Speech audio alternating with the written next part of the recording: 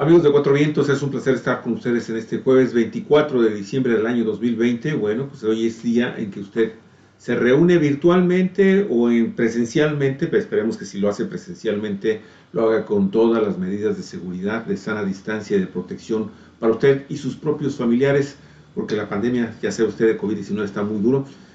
Bienvenidos al programa del día de hoy. Entonces, las 9 de la mañana en punto, estamos arrancando, transmitiendo desde la ciudad de Ensenada, Baja California, y con Galicia Aragón, ya sabe usted, siempre haciéndose el favor de estar acá con nosotros. Hola. Ningún favor, Javier, el favor me lo haces tú siempre. Gracias. Amigos, amigas de Cuatro Vientos, empezamos diciéndoles que estamos realmente conmovidos por la manera en que los médicos que han estado en la primera línea de fuego están recibiendo ya la vacuna contra el COVID. Hoy estuvimos escuchando algunos testimonios médicos, literalmente así a punto del llanto, dijeron que estaban muy emocionados. Son médicos, enfermeras que han visto morir a varios de sus compañeros contagiados por COVID en su esfuerzo diario durante tantos meses por salvar vidas de esta maldita pandemia. Y bueno, el próximo embarque de vacunas llega el martes. El martes próximo llegan otras 50,000 dosis, según informó Marcelo Ebrard, secretario de Relaciones Exteriores, y el doctor Alcocer, secretario de Salud. Javier, y por otro lado, rápidamente se recupera la economía. El presidente Andrés Manuel López Obrador dijo que a pesar de que los expertos habían programado una caída del 12% del Producto Interno Bruto, solamente fue del 9%, y este mes pasado de noviembre se recuperaron otros 148,000 empleos, así es que ya son más de 600,000 empleos del 1,100,000 que se perdieron durante la pandemia, bueno, en lo que va de la pandemia. Yo nada más regreso un poquito a la nota de la vacunación, amigos y amigas. La primera aplicación de la vacuna contra SARS-CoV-2 se llevó a cabo en el Hospital General de la Ciudad de México. El doctor Eduardo Lisiaga fue es el jefe de la institución. Ahí estuvo presente junto con la jefe de gobierno Claudia Sheinbaum y el subsecretario de Salud Hugo López-Gatell. María Irene Ramírez, que es quien es jefa de enfermería en la unidad de terapia intensiva del Hospital Rubén Leñero en la Ciudad de México, fue la primera en recibir esta vacuna en nuestro país. Así es. De tempranito, pues quedan como casi las 8 de la mañana, tiempo de acá de Ensenada. Bueno, y se confirmó, la vacuna será universal y gratuita para todos los mexicanos, excepto los menores de 18 años, que ellos no podrán recibir la vacuna porque esa es una norma de carácter internacional. En ningún país es porque se trata de una vacuna nueva y se protege a la generación joven, a las dos generaciones más jóvenes, hasta en tanto la vacuna demuestre ser totalmente inofensiva, Javier. Oye, pero por otro lado, Olga Alicia, y con esto arrancamos ya prácticamente nuestro guión del día de hoy, amigos y amigas. Por otro lado, hay científicos en el mundo que no nada más están clavados con el tema de COVID-19 y están haciendo grandes esfuerzos, amigos y amigas, para algo que en realidad también sería de mucha importancia para los seres humanos y nuestra relación con la naturaleza, porque ¿sabe qué? Se está buscando un antídoto universal para todo tipo de mordeduras, de veneno inyectada por mordeduras de serpientes de cualquier índole, amigos y amigas, y esto Héctor Rodríguez de National Geographic nos lo da con detalle en un momentito.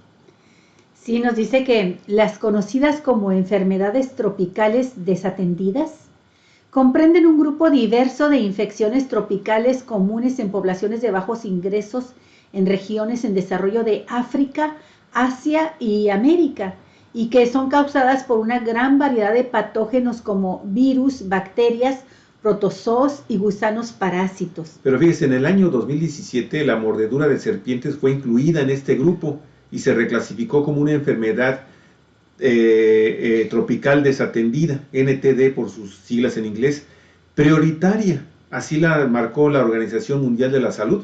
Poco después se publicaría una hoja de ruta global que describía el objetivo de reducir a la mitad las muertes y discapacidades relacionadas con las mordeduras de serpiente en todo lo que resta de esta década de los 20, o sea, hasta el año 2030. Y es que no es para menos, fíjese usted, las mordeduras de serpientes son responsables de aproximadamente 138,000 muertes cada año en comunidades rurales de África subsahariana, el sur y sudeste de Asia y también en América Central y América del Sur. Mire, las diferencias en la composición de los venenos de las distintas especies de serpientes condicionan que los antídotos basados en anticuerpos han de ser extremadamente específicos, por lo que generalmente cada antídoto es efectivo solo contra el veneno de la serpiente para el cual fue diseñado. Ahora, no obstante, y con el objetivo de cumplir con las expectativas expresadas por la Organización Mundial de la Salud, un estudio realizado en ratones y publicado esta semana en la revista Comunicaciones de la Naturaleza ha demostrado la eficacia de una combinación de dos pequeñas moléculas inhibidores de toxinas contra venenos de múltiples especies de víboras. Mire, los hallazgos sugieren que las combinaciones de inhibidores de toxinas podrán conducir al desarrollo de terapias de amplio espectro para tratar las mordeduras de serpientes de todas las especies y en todo el mundo. Para llegar a sus conclusiones, el experto en biología de las enfermedades tropicales, Nicolás Casewell, y sus colegas de la Universidad de Liverpool encontraron que una serie de moléculas que habían sometido a ensayos clínicos de fase 2 eran capaces de neutralizar los venenos de víbora, inhibiendo diferentes familias de toxinas. Así, en experimentos con ratones, administraron una dosis única de una combinación de dos inhibidores llamado Marimastat y también Varasplivit, 15 minutos después del veneno de víbora para controlar sus efectos durante 24 horas. Los investigadores encontraron que estas moléculas eran capaces de prevenir la muerte de los ratones y demostraron ser efectivas contra los venenos de una notable variedad de víboras de África, el sur de Asia y América Central. Pues una excelente noticia, sí, Javier, sí. 138,000 muertes al año por mordeduras de víboras, es también una micropandemia. Pero Javier, lo que nos está haciendo falta son venenos, contravenenos, antídotos efectivos contra el veneno de los políticos, que va a estar muy, muy fuerte en esta campaña. Así es. Y bueno, mira, metimos hace rato en la nota de las serpientes una enorme cantidad de especies que son altamente venenosas, muy peligrosas para los humanos. Qué bonitas se ven. Pero los colores son impresionantes. Sí. Y hay una, así rápido porque es la primera que sale, en donde te voy a retar a que me digas dónde está la serpiente. Ah, caray, ya la vi. Ya la viste por la lengua, en el ¿verdad? centro, por la lengüita. Por la lengua, es lo único que se le puede reconocer. Un poco anaranjadita. Increíble sí, cómo se mimetizan, efectivamente. Andamos en las caminatas y ¡zas! Pues ¿cómo vas a ver eso, no? Oye, Javier, siguiendo con las buenas noticias hasta cierto punto, sí, ¿no? También. Sí. México, tercer país con más turismo durante la pandemia de COVID-19. Así lo afirma Contralínea, este medio periodístico digital. En medio de la pandemia de COVID-19, México se convirtió en el tercer país más visitado y el 14 en captación de divisas turísticas, de acuerdo con el comportamiento del turismo a nivel global durante el tercer trimestre de 2020 y los resultados preliminares del Barómetro de Turismo Mundial, también de la Organización Mundial del Turismo, correspondiente a diciembre, aseguró el secretario de Turismo, Miguel Torruco Márquez. Mire, agregó que al tercer trimestre el país habría alcanzado del séptimo al tercer lugar mundial, ¿sí? Una vez que estaban llegando los turistas internacionales y que solo fue superado por Italia y Francia, así como brincó del 16 al 14 por ingresos en divisas.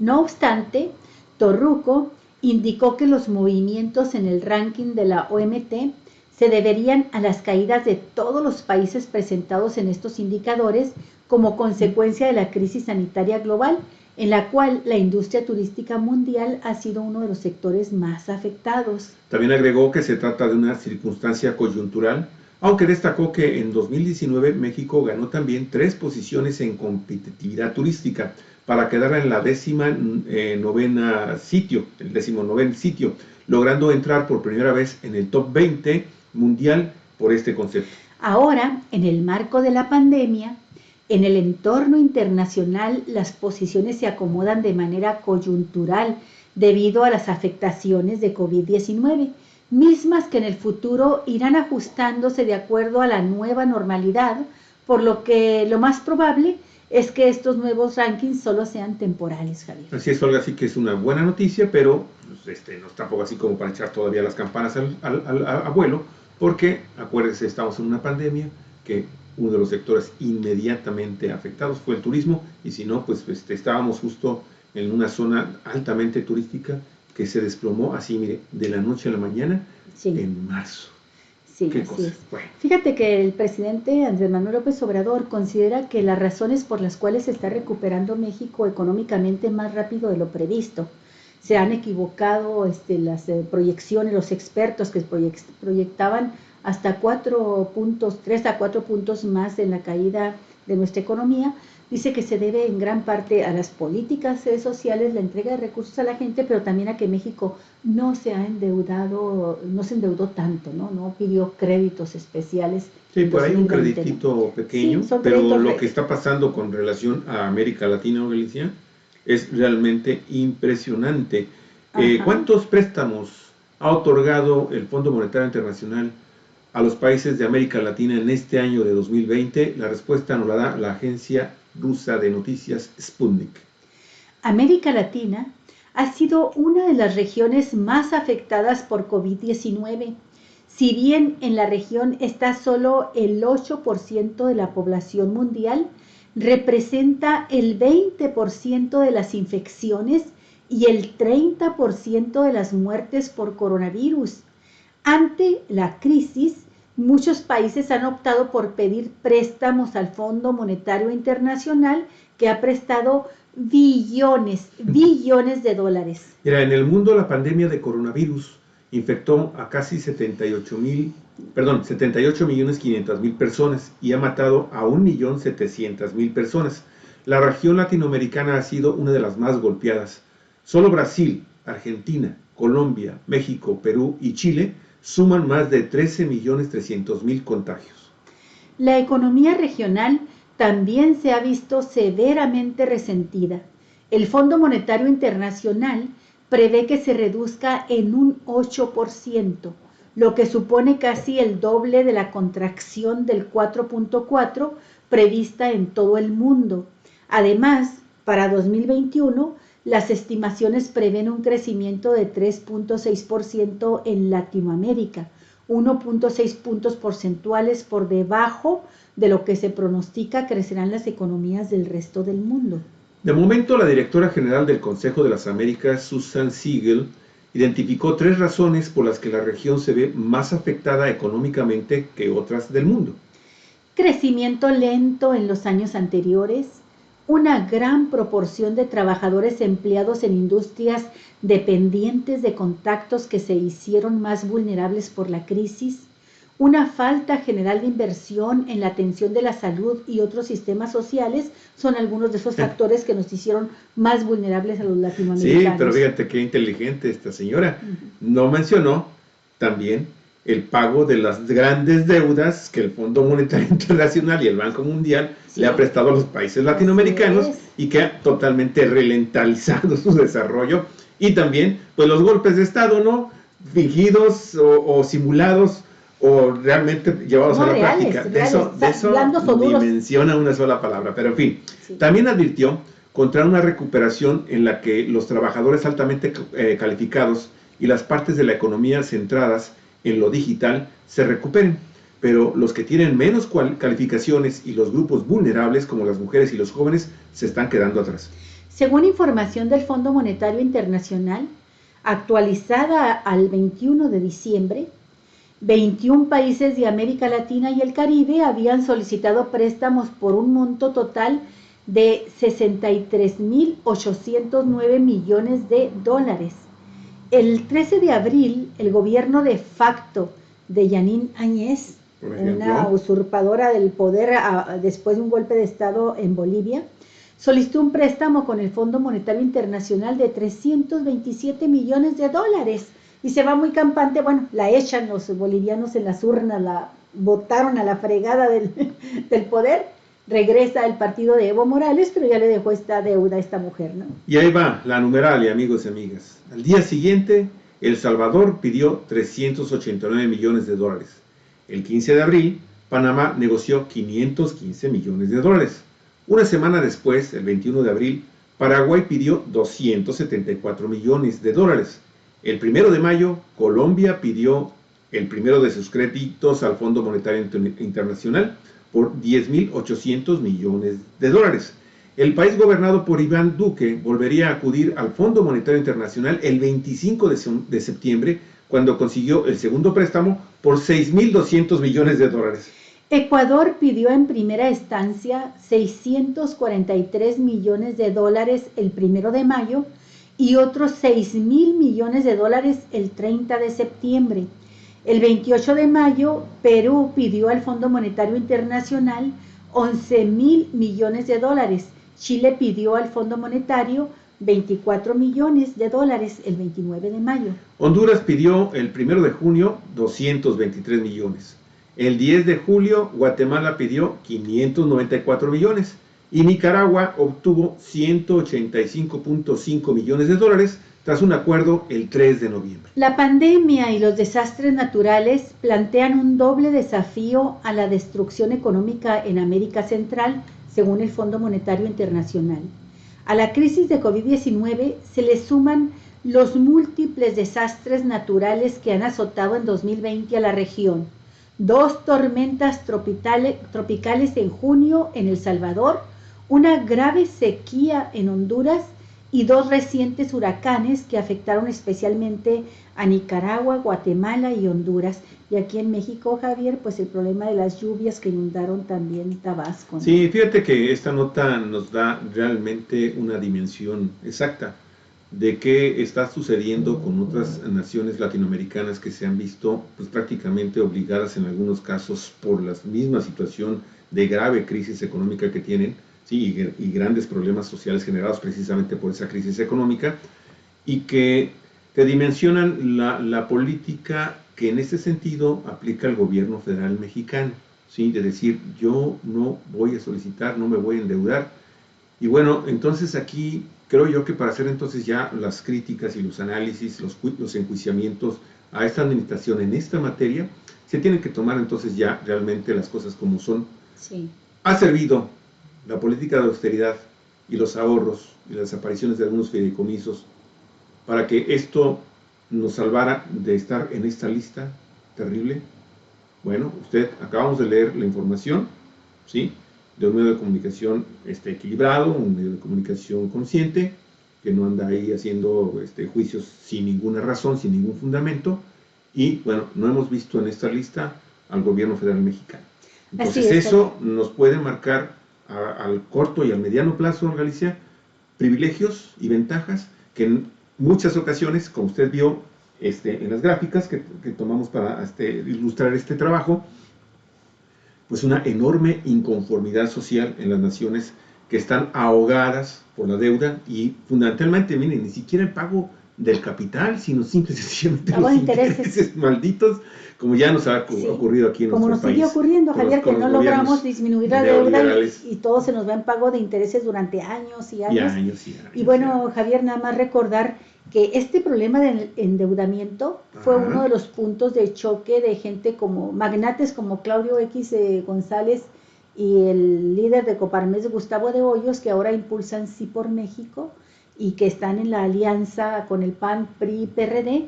Ellos se molestaron mucho porque le exigían al gobierno de López Obrador que solicitara créditos, que endeudara al país para que le diera los recursos a los empresarios. Y por supuesto siempre han estado, no los pequeños, no los medianos, los grandes empresarios. Así sucedió en 2009 cuando tuvimos la influenza de H1N1, esta pandemia también. Bueno, pues en México el gobierno de Calderón endeudó al país y lo endeudó para salvar a las grandes empresas, diciendo que si salvaba a las empresas, salvaba los empleos y salvaba la economía. El presidente se negó, ahora López Obrador, a endeudar al país, dijo que no lo iba a hacer y que los recursos los iba a entregar directamente a la población más vulnerable, y esa fue una de las causas de la confrontación que ahora se lleva también al plano electoral hacia el 2021, porque quieren recuperar el Congreso para poder sacar decisiones como la que le querían imponer al presidente. Bueno, Javier, hoy pero sí, en otro tema. hoy es cosa de buenas noticias. Sí, La sí. inmensa mayoría de ellas son buenas. Sí, Eso está excelente.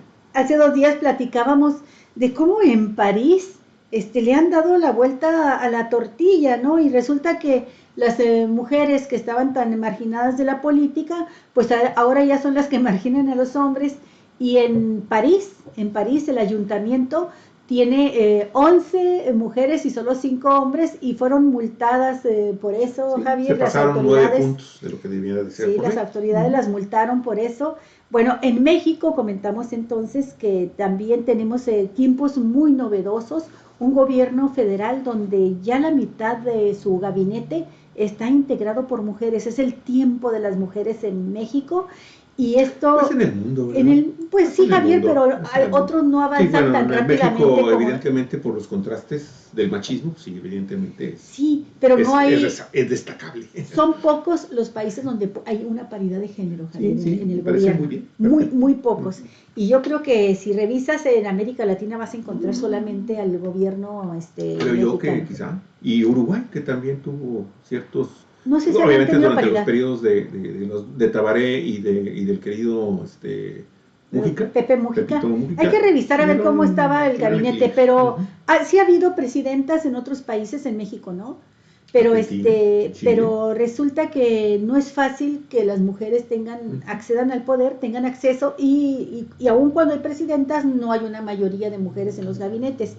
Bueno, ahora una mexicana, Socorro Flores, ha sido seleccionada para ser jueza en la Corte Penal Internacional y esto también es algo muy novedoso, muy que una novedoso. mujer, una juez, vaya a la Corte Penal Internacional. Así es, amigos y amigas, la Agencia Internacional Francesa de Noticias, no, española, perdón, la agencia EFE, indica que la embajadora mexicana Socorro Flores Liera, esta mujer que vimos ahí, fue electa el pasado lunes por la 19 Asamblea de los Estados parte del Estatuto de Roma para convertirse en jueza de la Corte Penal Internacional para el periodo 2021-2030, lo informó la Secretaría de Relaciones Exteriores mexicana.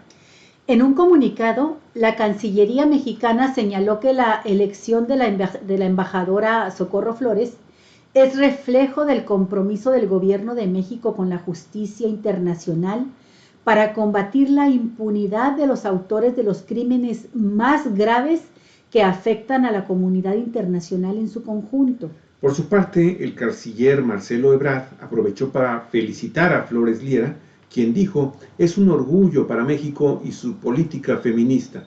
Esta será la primera vez desde 1998 que México tenga una magistrada en esa corte. La Corte Penal Internacional es una instancia judicial de último recurso y se rige por el principio de complementariedad, es decir, no interviene cuando el Estado demuestra llevar a cabo pesquisas fehacientes sobre los supuestos delitos graves. Y miren, hasta el día de hoy Flores Liera se desempeñaba como representante permanente de México ante los organismos internacionales.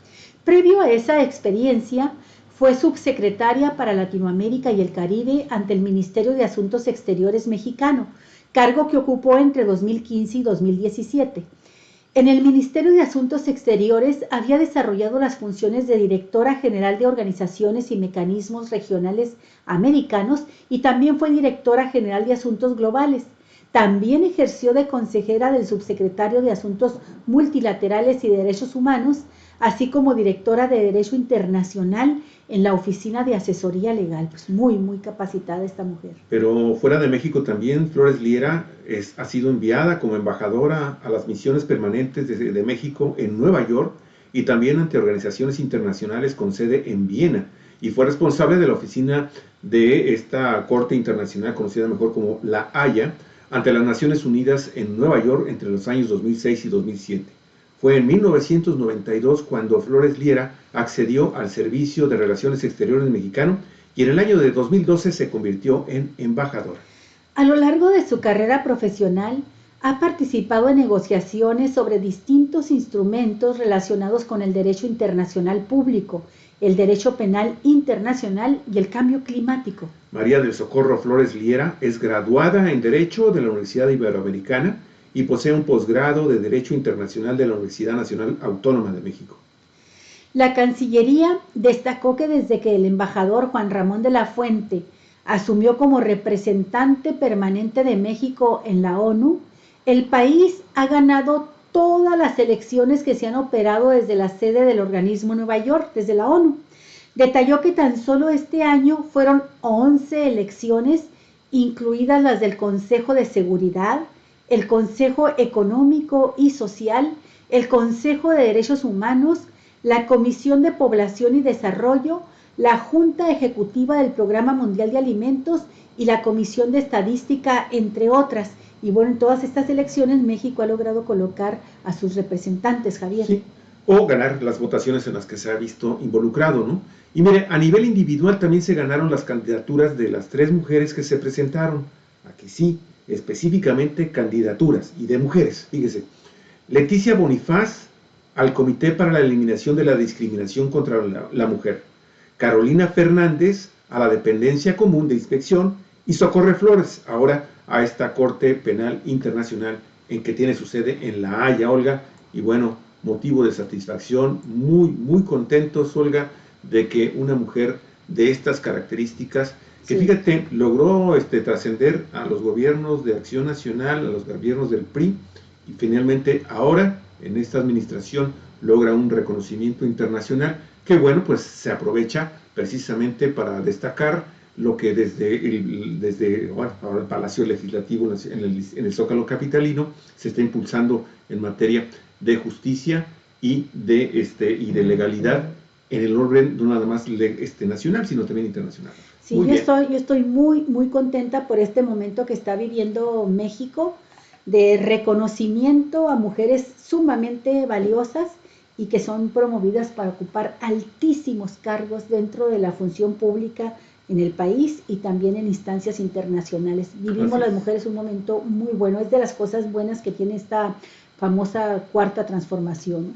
Bueno, oiga, y a propósito de cuarta transformación y de Morena. Sí, fíjense que ahora precisamente, ayer le estábamos dando la información de cómo hace dos días por la noche, hoy estamos a jueves, el martes en la noche, pues los partidos de oposición, PAN, PRI y PRD, finalmente signaron su alianza. Y ayer mismo, en el transcurso de la tarde, la registraron ante el Instituto Nacional Electoral porque ayer venció el plazo para que esto se hiciera, según la Constitución y el ordenamiento legal en materia electoral. Bueno, pues Morena responde con su alianza a la alianza opositora. Fíjese que formó una coalición con el Partido del Trabajo y el Partido Verde Ecologista para fundamentalmente ganar la Cámara de Diputados a nivel federal. Así es, Morena, el partido del presidente Andrés Manuel López Obrador y la organización política más poderosa en México, registró de último minuto su alianza con otros 2 partidos para intentar mantener la mayoría en la Cámara de Diputados en las elecciones próximas de junio 2021. Mire, Manuel González Vargas del portal Infobae informa también que se trata del Partido del Trabajo y el Partido Verde Ecologista, quienes juntos formaron también una coalición de principios y no de complicidades con el partido en el poder, que desde 2018 y hasta antes de las elecciones ha controlado la mayoría, tanto en la Cámara de Diputados como en el Senado de la República. El anuncio lo formalizaron en la noche de ayer Mario Delgado, presidente nacional de Morena, Giovanna Bañuelos, coordinadora de los senadores del Partido del Trabajo, y Karen Castrejón, presidenta nacional del Partido Verde. ¿Qué dijeron en este comunicado conjunto? En el año de 2021, la disyuntiva para los ciudadanos va a ser entre la corrupción y la transformación. Esto de acuerdo a lo que dice Mario Delgado. Y agregó, la mayoría quiere que este proyecto continúe, pero el movimiento tiene que organizarse y tomar decisiones para que el cambio continúe. Y Castrejón dijo, estos son tiempos de unidad en temas prioritarios como salud y seguridad pública. Queremos manifestarnos sobre todo en una gran mayoría en la máxima tribuna del país. Por su parte, Giovanna Bañuelos, que es la coordinadora de senadores del PT, manifestó, el objetivo fundamental es mantener la mayoría, es una elección por lo demás trascendente. La alianza se concretará en unos 150 distritos, Aunque los detalles se revelarán en las próximas horas, añadieron los líderes de cada partido. Es una repartición justa, equitativa y proporcional. No tenemos números exactos porque los estamos concretando, precisó Citlali Hernández, que es secretaria general de Morena. Ahí la estamos viendo, mira, ahí está. Ahí está, la primera a la izquierda, sí, con su cubrebocas. Coincidimos en lo más importante. Tenemos diferencias, pero ni siquiera son significativas. Nunca nos han distanciado, destacó por su parte Bañuelos. Además, los líderes de los tres partidos explicaron que cada uno determinará a quiénes postularán. Morena usará encuestas y privilegiará el buen trabajo de diputados que busquen reelección.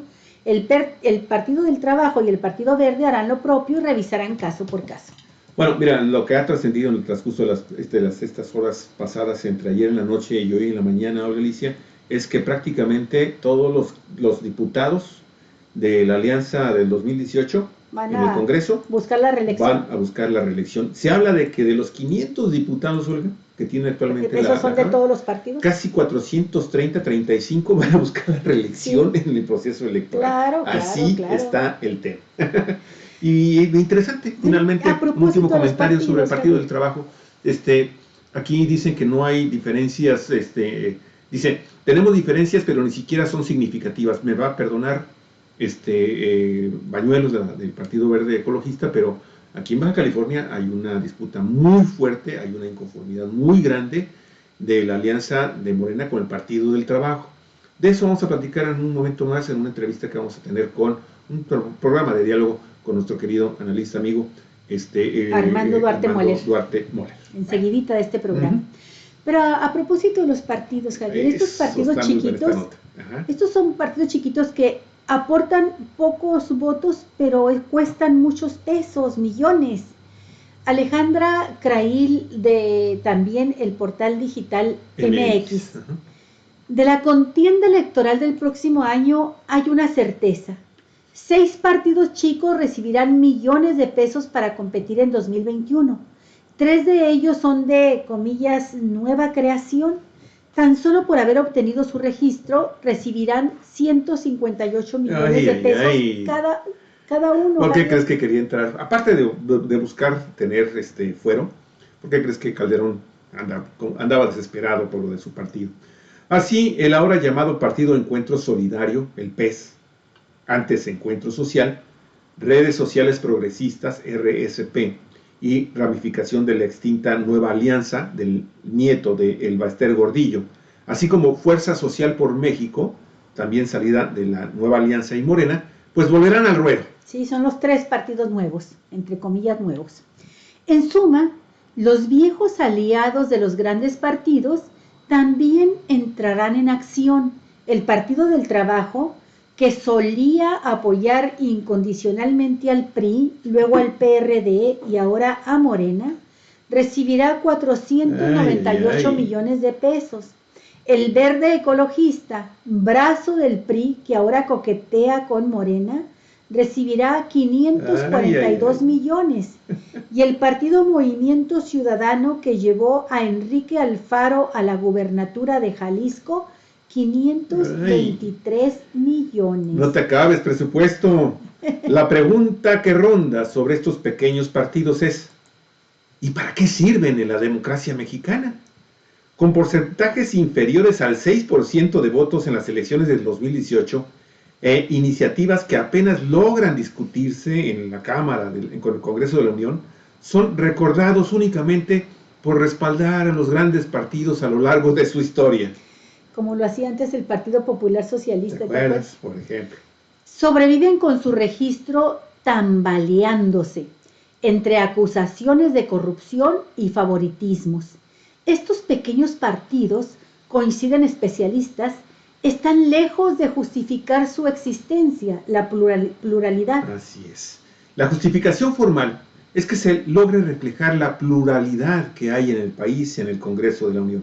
Pero en realidad no han servido de gran cosa. Son partidos, con algunos matices, muy oportunistas, que están solamente por las prerrogativas, posiciones políticas y la búsqueda de cargos, explicó José Antonio Crespo, que es un analista político mexicano.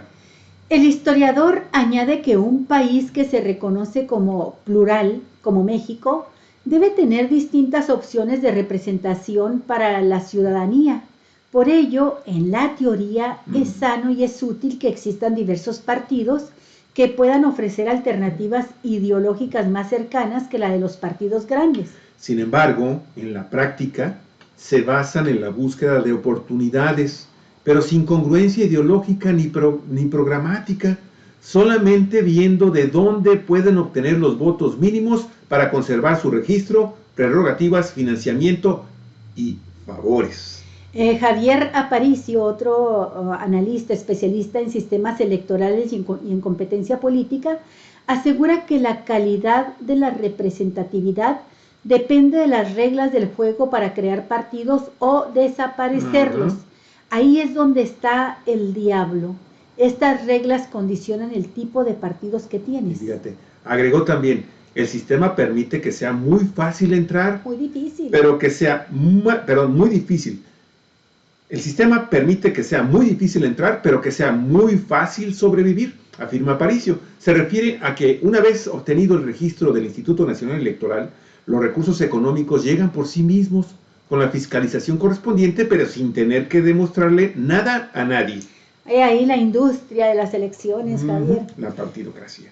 Partidos como el, comillas, Nuevo PES, que dirige en esta faceta Hugo Eric Flores, viejo aliado de Andrés Manuel López Obrador, el partido Redes Sociales Progresistas, que formó desde sus bases el nieto de la maestra Elba Ester Gordillo, René Fujiwara, y Fuerza Social por México de Gerardo Islas Maldonado, antiguo miembro del partido Nueva Alianza de Elba Ester, están obligados a participar individualmente en 2021 sin coaliciones, con la meta de obtener cada uno el 3% de los votos, si no, no conservan el registro.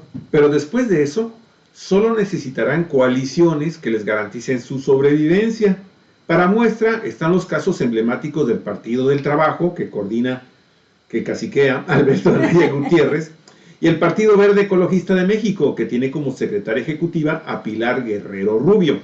Ambos partidos han sobrevivido año con año, elección tras elección, tras haberse unido a un partido más grande. Primero el PRI y ahora Morena. Esto supone más beneficios que obligaciones para los partidos pequeños, principalmente las prerrogativas y el financiamiento anual, que supera los 158 millones de pesos para partidos nuevos, algo así como el equivalente al sueldo de 3,097 personas que ganan salario mínimo, y que supera los 500 millones para esos viejos pequeños partidos una vez que obtienen el registro, ¿no? Pues qué interesante, Olga, y qué oportuno fue este trabajo, porque en la verdad ya organizamos, o sea, si tú ves las alianzas cómo se integraron, pues ahí estás viendo precisamente este fenómeno, ¿no? En que saben moverse oportunamente y presentan sus condiciones para alianza, no significan en realidad votos a favor del partido grandote. Sin embargo, las alianzas permiten finalmente llegar a acuerdos que les den gobernabilidad, tanto en el gobierno como en el poder legislativo, para sacar adelante sus proyectos, cada partido. Sí. Es impresionante esto que sucede en nuestro país. No sé si será algo que nada más se esté dando en México, pero bueno, queridos países latinoamericanos, ustedes saben, sí se presentan coaliciones, sí se dan también este tipo de alianzas políticas. No sabemos finalmente cuánto le cueste al erario de estos países el sostener a estos aliados. Sí, Javier. Vamos a hablar ahora de un caso que sigue siendo una espina en el corazón para los padres que perdieron a sus hijos en aquel incendio de la guardería ABC en Sonora durante el gobierno de la presidencia de Calderón, de Felipe Calderón, y una guardería en la que una de sus propietarias pues era prima hermana de familia. Prima o sobrina de Margarita Zavala, esposa y un caso pues tristísimo en el que murieron 49 niños y niñas, varios heridos. Pero el enfoque de esta nota está muy interesante porque nos habla, amigos y amigas, de lo que están ya ahora pidiendo los familiares de estos 49 víctimas, todas ellas niños menores de 8 años. Sí, y fue un caso en el que se comprometió López Obrador de hacer justicia desde que estaba en campaña. Y le están haciendo caso, pero escuchemos lo que están proponiendo. La Comisión Ejecutiva de Atención a Víctimas aseguró que el Estado mexicano ha establecido medidas de reparación del daño para las víctimas de la guardería ABC, entre ellas indemnizaciones económicas, apoyos mensuales de salud, educación, vivienda y de gastos funerarios, por lo que dijo, la inconformidad de algunos estriba en que han exigido el pago de 10 millones de pesos por víctima directa y poco más de 3 millones por cada víctima indirecta. De acuerdo a la nota de Contralínea, se expresó en un comunicado la CEAP.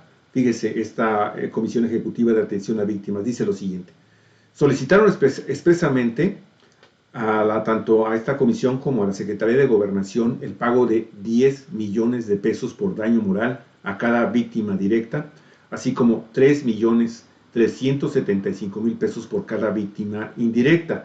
Y agregó también en este comunicado que el universo de víctimas del incendio que se registró ante la comisión comprende a 152 víctimas directas, entre menores fallecidos y menores y adultos lesionados, y además 686 víctimas indirectas. Híjole, como 20,000 millones tendría que irse ahí, ¿no? Es, Hay que recordar que durante todo el gobierno de Calderón, todo el gobierno de Peña Nieto, no lograron ni siquiera que los recibieran, Javier. Y que cuando entró el gobierno de López Obrador, lo primero que hizo fue resolver la demanda más sentida que tenían ellos, que era asegurar la atención médica permanente de por vida para los niños que quedaron lesionados y que les ayudaran a recuperar los gastos funerarios y otros que habían tenido mientras continuaban en su lucha por la demanda de justicia. Eso se resolvió de inmediato. Los niños les entregó también el presidente becas a todos los niños lastimados que salieron heridos de ese incendio, becas de por vida, Javier, que les garantiza los estudios de todo, primaria, secundaria, preparatoria, universidad. Tienen beca asegurada permanente y también servicios médicos permanentes hasta el día último de su vida, ¿no? Eso lo resolvió de inmediato. Bueno, pero ahora, pues ya la comisión está advirtiendo que el pago que pretende este grupo de víctimas iría en detrimento del resto de las víctimas de todo el país, dado que equivaldría a aproximadamente 7 veces el presupuesto anual para el pago de compensaciones y medidas de ayuda y asistencia que tiene la misma comisión. También aseguró que el cálculo que en esta administración hizo la Comisión Ejecutiva de Atención a Víctimas para determinar los montos de compensaciones complementarias estuvo basado en criterios objetivos y justos que responden a los más altos estándares internacionales en materia de reparación, como los del Sistema Interamericano de Derechos Humanos. Bueno, la comisión no indicó el monto que ha ofrecido a las víctimas como reparación, solo indicó que se trata de una indemnización económica por parte de un fideicomiso de la Secretaría de Gobernación. A ver si no fue uno de los afectados esos fideicomisos. No, Javier. Una reparación económica por parte de un fideicomiso constituido por la Fundación IMSS y el Gobierno de Sonora, así como de montos aprobados por acuerdos del Consejo Técnico del Instituto Mexicano del Seguro Social. También compensaciones complementarias otorgadas como parte de la reparación del daño por parte de la comisión. Estas, detalló la vocera de la comisión, incluyen daño moral a víctima directa, daño moral a víctima indirecta, como son los padres, hermanos, abuelos, tíos, según sea el caso, lucro cesante o pérdida de la vida o víctima directa, gastos y costos, gastos de transporte, alojamiento y alimentación en equidad y en algunos casos comprobados, lucro cesante a víctima indirecta, daño físico a víctima indirecta y daño patrimonial. Pues Olga, la verdad es que está muy interesante esto que está sucediendo con las víctimas. Mira, evidentemente uno no puede decir, no, la verdad es que lo que perdieron jamás en su vida lo van a recuperar, jamás. y no hay reparación económica pues que finalmente pueda cubrir la pérdida. Sí. Sin embargo, me estoy recordando que por otro lado también, híjole, es que hay tantas víctimas de tantas atrocidades que se han cometido en este país. Recuerdo lo que estaba negociando también López Obrador con las familiares de los mineros de pasta de Sí, minas. también es una negociación muy fuerte, Javier. Son 68 mineros que quedaron terrible, en el gobierno familias. de Fox, con una empresa minera muy desgraciada que es el Grupo México. De Germán Lega. Y es una minera carbonífera, Javier, donde se derrumbó la mina y quedaron sepultados estos hombres ahí, estos mineros. Y no hubo nadie, absolutamente nadie, ningún funcionario, ningún gobierno que quisiera rescatar esos cuerpos. Y cuando entra López Obrador, lo primero que hace es ofrecerle a las familias que se rescataran los cuerpos. Hacen el estudio, va a resultar muy caro, ese rescate son miles de millones, y les proponen a la familia, Javier, a las familias, que escojan qué quieren. Pueden quedarse en la mina y un terreno grande en torno a la mina como propiedad de la comunidad, se entrega a la comunidad, y que la mina se quede como el sepulcro ya eterno para esos con una mineros, especie de memorial, ¿verdad? Con un memorial ahí, y no recuerdo la superficie, son varios, son hectáreas, ¿verdad? Que se entregan a la comunidad para servicios comunitarios, o bien que entonces el dinero se invierta en los trabajos de rescate de los cuerpos de los mineros. Fíjate, esto es desde finales del gobierno de Fox, Javier, todos los años que llevan ahí, y lo sometieron a decisión de asamblea. La decisión tendría que ser unánime para que se pudiera llevar a cabo, pero hubo una mayoría que dijo sí, que se queden ahí, hacemos aquí el memorial, y el parque que se quede para la comunidad. Pero Javier, hubo una minoría que dijo no, nosotros queremos rescatar los restos de nuestros deudos, de nuestros seres queridos, y eso va a significar un dineral, no recuerdo, les mentiría la cifra, pero supera los 1,000 millones de pesos rescatar esos cuerpos. Lo están haciendo ya, ¿no? Bueno, ya mejor ni hablamos. Pero mira, Olga, vamos a cerrar con una nota que de alguna forma, Olga Alicia, también es una contraparte de esto que está sucediendo con los niños, ¿no? Bueno, en su momento los mexicanos y la comunidad internacional se conmocionó con esto que sucedió en esta guardería y llegó a tener una demanda así prácticamente global, sí, de que se hiciera justicia en el caso de los niños, de los 49 niños. Hoy estamos en un nuevo escándalo, amigos y amigas, pero ¿saben qué? Aquí el escándalo es por nuestros primos, los monos, que estamos utilizando, bueno, la NASA, todo lo que es el servicio aeroespacial, para prepararlos, a ver cómo reaccionan cuando son lanzados. Todos los monos, Javier, todos los monos retenidos en un centro de investigación de la NASA en California fueron sacrificados el año pasado en un solo día, según documentos obtenidos sobre la base de las leyes de libertad de información, lo que ha causado una reacción inmediata de los defensores de animales. Se trata de 27 monos, Javier, que así sacrificaron. La nota es del periódico inglés El Guardián. Un total de 27 primates recibieron medicamentos letales el pasado 2 de febrero del 2019 en el centro Ames, en Silicon Valley. Los monos eran de edades avanzadas, y 21 de ellos sufrían de enfermedad de Parkinson, revelan los documentos, que apenas ahora se descubrieron. Ya estaban viejitos, astronautas, mira.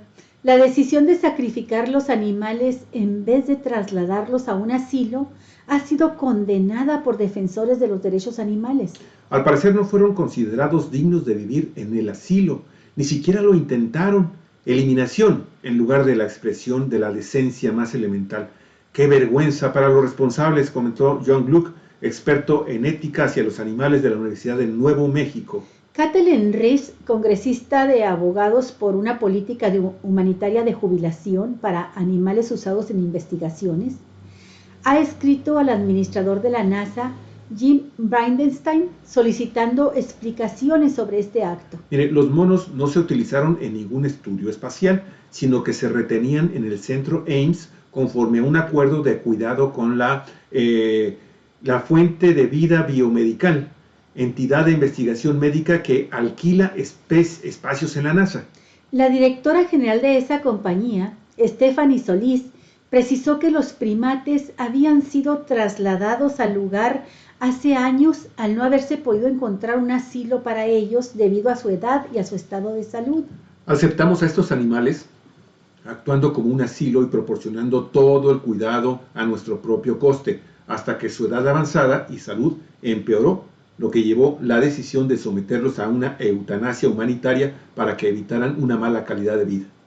Solís recordó que no fueron sometidos a ninguna investigación mientras permanecieron en el centro Ames, donde se les proporcionó una buena calidad de vida. Bueno, Javier, también sí estaban realmente muy malos ya estos animalitos con Alzheimer y no sé cuántos problemas. A lo mejor si nosotros reclamamos el derecho a la eutanasia cuando nuestra vida ya no tiene calidad. Así es. Bueno, pues ahí están las notas, amigos y amigas. Esperemos que les hayan gustado. Regálanos un like, compartan el programa y pues estamos al pendiente de nuevos acontecimientos. Ya los vamos a subir las nuevas informaciones a nuestro portal cuatrovientos.net y también a nuestras redes sociales. Les recomendamos mucho que entren a nuestro canal en YouTube, se suscriban, ¿sí? Y que también siempre estén al tanto de lo que estamos actualizando constantemente en nuestras páginas, fundamentalmente en Facebook. Olga, ¿algún comentario final? Agradecerles muchísimo que hayan estado con nosotros y pedirles que sigan este día con nosotros. Tenemos una entrevista breve con Armando Duarte dentro de un momento para hablar de los procesos en Morena y más tarde la vamos a grabar para pasarla mañana. Así es. Con el doctor Víctor Fernández. Así es. Víctor Espinosa. Cuatro Vientos, periodismo en la red, donde todas las voces se encuentran en eco. Que descanse, amigos y amigas, buen provecho. Y si no nos vemos más al rato, ya saben, el corazón, de corazón, ¿sí? Le deseamos lo mejor, pero cuídese también, cuide a su familia. Hasta luego. Hasta luego.